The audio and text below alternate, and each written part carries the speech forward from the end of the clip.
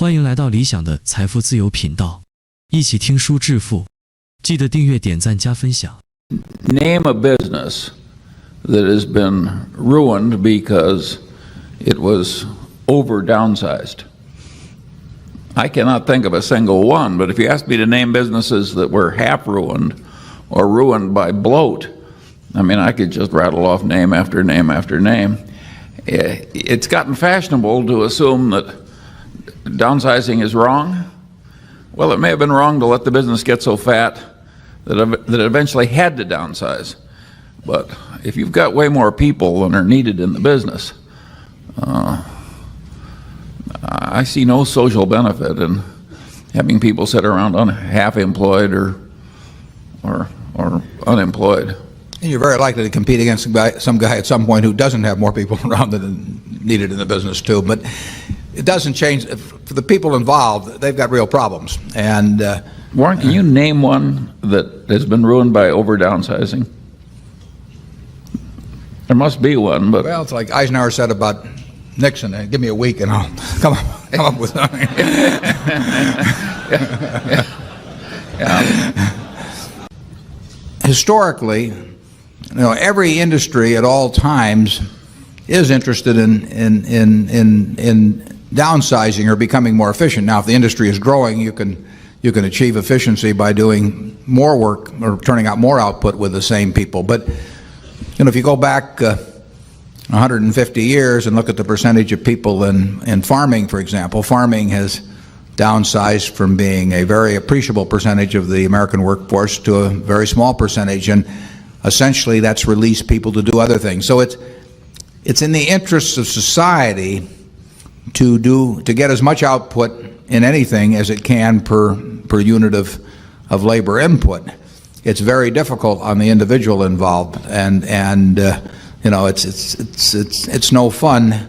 I guess it's no fun being a horse when the tractor comes along, or a blacksmith, and when the car comes along. But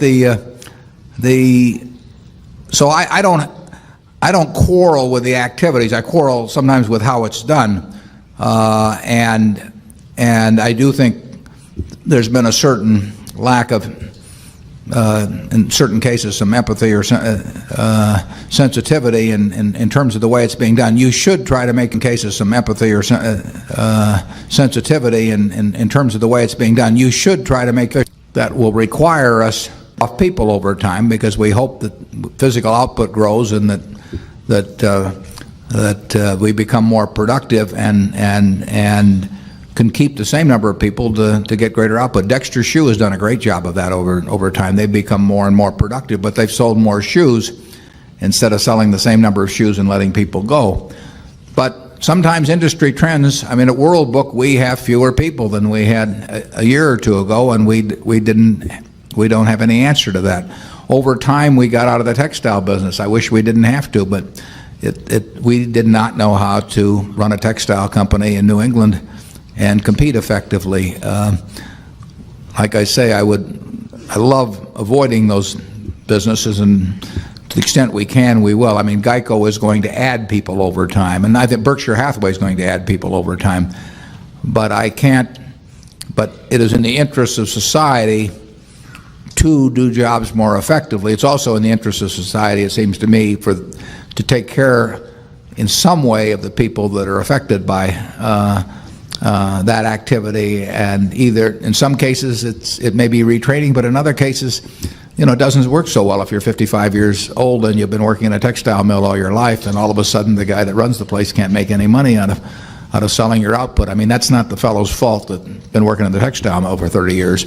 So there's a balance in that. I think that the attention that's come about lately, I think there's, to some degree, it was a media fad based on some particularly dramatic examples at a couple of companies. I don't think there is more displacement going on now as a percentage of the labor force annually than there was 10 years ago in terms of reconstituting what people do, but it's gotten a lot of attention lately. There could be a backlash on that in terms of corporate tax rates or a number of things, and we might feel it in that direction.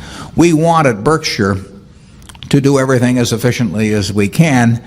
Part of that, in a big way, is not taking on a lot of people we don't need. I mean, a lot of the mistakes that are being corrected now are because people got very fat and their businesses got very fat in the past and took on all kinds of people they don't need. We see that in a lot of businesses that we're exposed to, and as long as they're very prosperous, really no one does very much about it. And then when time comes, they all of a sudden find out they can get way more output. The oil companies are a classic example. You know, the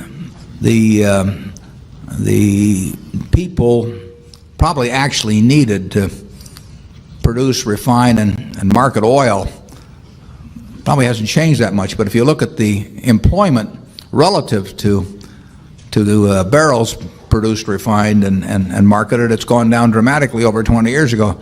To me, it just means that they weren't being run that well 20 years ago, and it never should have occurred in the first place. We don't want to take on more people than never should have occurred in the first place. We don't want to take on more people than businesses because we don't want to lay people off either. You have said that you like franchise companies, companies that have that are castles surrounded by moats, companies that are possible to, you can have some prediction 5-10 years down the road. But aren't businesses like See's Candy, the furniture business, the jewelry business, the shoe business that are hard to predict the future 5-10 years down the road? What was that on the last part of it? Aren't these businesses hard to predict 5 or 10 years down the road? I think things like shoe business. Yeah, I think they're far easier to predict than most businesses. I think I can come closer to telling you the future of virtually all of the businesses we have, and not just because we have them. I mean, if they belong to somebody else, then if I took the Dow 30, excluding the ones we own, or you know, the first 100 companies alphabetically on the New York Stock Exchange, I think ours are way easier to predict. They're fair. They tend to be fundamental things, fairly simple. Rate of change is not fast. So I feel pretty comfortable. I think when you look at Berkshire 5 years from now, the businesses we have now will be performing pretty much as we've anticipated at this time. I hope there are some new ones, and I hope they're big ones, but I don't think that we'll have had lots of surprises in the present one. My guess is we'll have had one surprise. I don't know what it'll be, but I mean, you know, that happens in life, but there won't be a series of them. Whereas if we were to buy, if we owned a base metals business or many retailing businesses I can think of, or an auto business, I'm not sure I'd know where we would stand in the competitive pecking order 5 or 10 years from now. I would not want to try and come in and displace See's Candies, for example, in the business it does, or the furniture mart. It's not an easy job.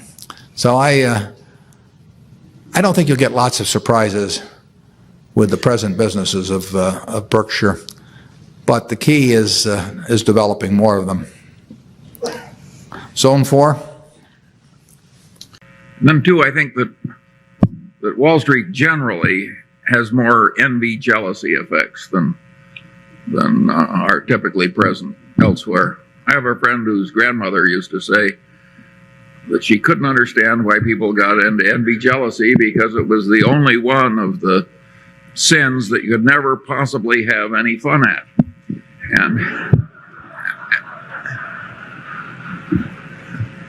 But generally speaking, on Wall Street, I think a lot of people have had the wrong kind of grandmothers.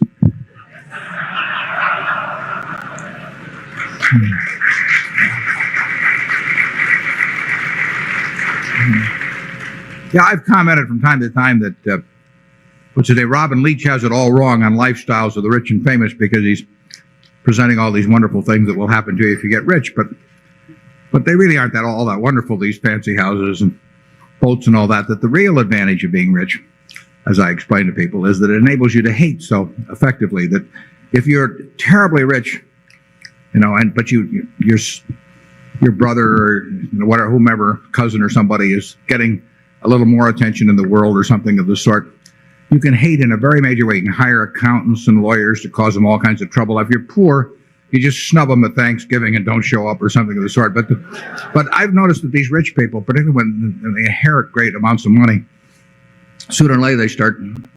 Frequently, they get very antagonistic toward siblings or cousins or whatever it may be, and they really can hate in a way that or get envious in a way that the rest of us really can't really aspire to. So that's a benefit that hasn't appeared on Robin Leach lately, but you see a little of that in the athletic field and the entertainment field, and perhaps even Wall Street, that making $1 million a year looks great until this guy that sits next to you that can't possibly be as smart as you is making $1 million too, and then the whole world it turns into a very unfair place. Zone 4. Maybe $200,000 a year, maybe $300,000 a year. Believe me, they are not independent. They're independent as measured by some standards, perhaps, of the SEC. But they, how would you feel about having a job that required you to go to work 4 or 6 times a year? Pleasant company, a certain amount of prestige attached with it. And on top of it, you get paid maybe $300,000 a year, and you kind of hope to get another job like that. That is not independence. So you get a group coming in like that from the comp committee. And in those 19 boards, I was put on the comp committee exactly once. Charlie might be able to tell you exactly what the result was that time. They do not look for Dobermans. They look for Cocker Spaniels, and then they make sure that the tails are wagging. But that is... Don't condemn it too much, because you and I are doing similar things in other parts of our lives. The social dynamics are important in board actions. My son, Howard, in fact, my other 2 children as well, if they were involved, they would have a dedication, and do have a dedication, to the culture of Berkshire, which is clearly defined. It's one of the reasons I want it clearly defined. And it's reinforced by the behavior, and it's reinforced by results. And incidentally, their job would not be to set the compensation. The non-executive board chairman is not there to select the compensation of the CEO or others. He's not there to select the CEO. He is there to facilitate a change if the board of directors decides a change is needed. And that can be important, very, very, very unlikely to be important in the case of Berkshire, but it's a nice little extra safety valve. And Howie's the perfect guy to carry that out. And like I say, I voted for comp plans at various places, including way back, at Coke, that were far from what I would have designed myself. And the ones I designed myself would have worked, but that is the way boards work. I was made chairman of one comp committee, and Charlie can tell you a little bit about that. Yeah. Warren was totally voted down at Solomon Inc. In fact, people acted like, what the hell is he doing? How could he be disapproving compensation on Wall Street? And I think the general idea that a person should just shout disapproval all day long of everything he disapproves of is very suspect. In the world in which we inhabit, people accomplish more if they pick their spots. 财富由不是来，家福需要您的爱心，菩萨保佑您。